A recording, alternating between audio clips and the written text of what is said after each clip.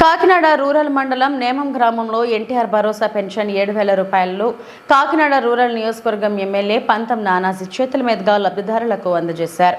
ఈ సందర్భంగా ఆయన మాట్లాడుతూ కాకినాడ రూరల్ నియోజకవర్గంలో 34,000 మంది లబ్ధిదారులకు 23,60,00,000 రూపాయలు అందజేస్తున్నట్టు తెలిపారు. కూటమి ప్రభుత్వం రాష్ట్రంలో పేద ప్రజలకు సంక్షేమ ఫలాలు అందించడంలో కృషి చేస్తుందని ఆయన అన్నారు. అందరికీ నమస్కారం. ప్రజలందరికీ కూడా పార్టీ తెలుగుదేశం పార్టీ చంద్రబాబు గారు పవన్ కళ్యాణ్ గారు ఇద్దరు కూడా రుణపడి ఉంటారు. ఎందుకంటే బ్యాలెట్ బాక్సులు నింపేశారు. ఈ రాష్ట్రంలో కాదు ఈ దేశంలో కూడా ఎప్పుడు జరగని విధంగా 93% రిజల్ట్. జనసేన పార్టీకి అయితే 100% రిజల్ట్. ఎప్పుడో రామవిలాసాల పాస్వాన్కి ఒక రికార్డు ఉండేది, 6కి 6 ఎంపీలు.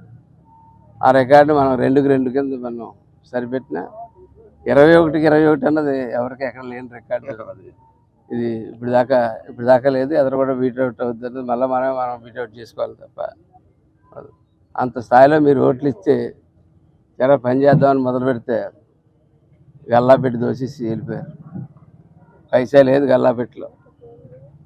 ఇవాళ సంపద సృష్టించైనా పైనుంచి ఢిల్లీ నుంచి డబ్బులు తెచ్చైనా సుపరిపాలన అందిందా ఉన్నది ఏకైక ధ్యేయంగా చంద్రబాబు నాయుడు గారు పవన్ కళ్యాణ్ గారు కాశీ.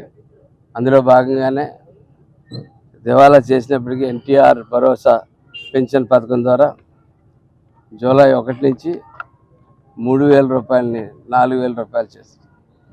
కానీ ఎవరైనా ఆ జూలై 1 నుంచి మారుతాం ప్రభుత్వం వచ్చిన తర్వాత అని చెప్తారు. చంద్రబాబు నాయుడు గారు చెప్పారు. అంతకుముందు ఆయన మాట ఇస్తున్న రోజు నుంచి చెప్పాడు. అదొక 3 నెలలు.